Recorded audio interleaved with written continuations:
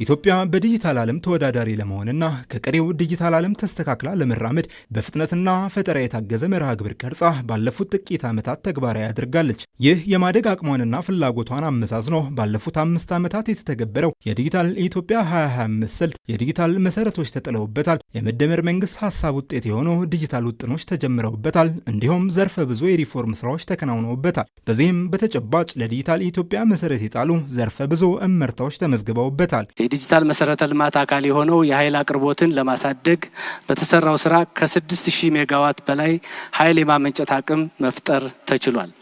በቴሌኮም ዘርፍ ከፍተኛ ለውጥ ማስመዝገብ የተቻለ ሲሆን አጠቃላይ የቴሌኮም አገልግሎት ተጠቃሚ ብዛት ከ97 ሚሊዮን በላይ ደርሷል። የኢንተርኔት አገልግሎት ተጠቃሚ ብዛት ወደ 60 ሚሊዮን ተጠግቷል። በሞባይልና ብሮድባንድ አገልግሎቶችም ከፍተኛ ምርታ ማምጣት ችለናል። ከፍተኛ አቅም ያላቸው የዳታ ማዕከሎችንም በመገንባት ወደ ትግበራ ማስገባት ተችሏል። በዚህ ስልት ትግበራ ምዕራፍ የመንግስት አገልግሎቶችን በቴክኖሎጂ በመደገፍ ከእንግልት የጸዳ ፈጣንና ቀልጣፋ አገልግሎት መስጠት ተችሏል። ከ11 ቢሊዮን ብር በላይ ዝውውር የተስተናገደበት ዲጂታል የንግድ ስርዓት መተግበሪያ እንዲሁም ለ30 ሚሊዮን ዜጎች ተደራሽ መሆን የቻለው ዲጂታል የብሔራዊ መታወቂያ የለማበት ጭምር ነው። እስካሁን ድረስ በዲጂታል የክፍያ ስርዓት ከ11 ቢሊዮን በላይ ልውውጦች ለማድረግ የተቻለ ሲሆን በዚህም ከ18.5 ትሪሊዮን ብር በላይ እንቅስቃሴ ተደርጓል።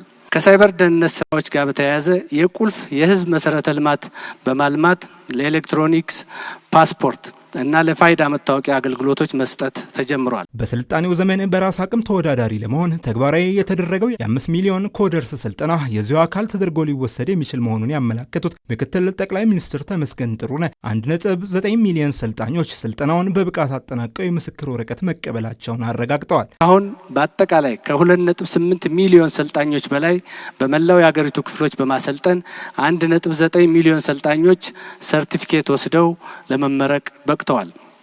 ከዚህ ባሻገር ባለፈው 5 ዓመታት መንግስት የስታርታፕ አዋጅን እንዲጸድቅ እንዲሁም ለሀገራዊ ችግሮች ሀገራዊ መፍትሄን የማምጣት መርህን በመከተል ላሉብን ችግሮች የመንግስትና የግል አጋርነት መሰረት ያደረገ አገር በቀል መፍትሄ ማምጣት የሚያስችል መደላድል መፍጠር ችሏል። የዲጂታል ኢትዮጵያ 2025 ምርታዎችን በማስቀጠል በፍጥነትና በፈጠራ ታግዞ በዘላይ ከቀደመን ዓለም ለመስተካከል ዲጂታል 2030 በቀጣይ የምንመራበት ስልት ይሆናል። እንደ ምክትል ጠቅላይ ሚኒስትሩ ሀሳብ በአጠቃላይ በዲጂታል ኢትዮጵያ 2025 ስልት የተገኙ ስኬቶች ድምር ውጤት ዲጂታል ኢትዮጵያን ለመፍጠር የተጀመረውን ጉዞ ወደ ላቀ ምዕራፍ ያሸጋገረ ነው። በዛሬው ዕለት የዲጂታል ኢትዮጵያ 2025 ትግበራ ምዕራፍ በይፋ ይዘጋል።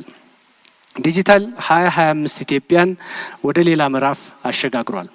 የፋይናንስ አሰራሯን፣ የአገልግሎት አሰጣጧን፣ የህዝብ ትስስሯን፣ የንግድ ስርዓቷን፣ የመንግስት ተደራሽነቷን፣ የጸጥታና ደህንነት አጠባበቋን፣ የሚዲያ አውዷን ወዘተ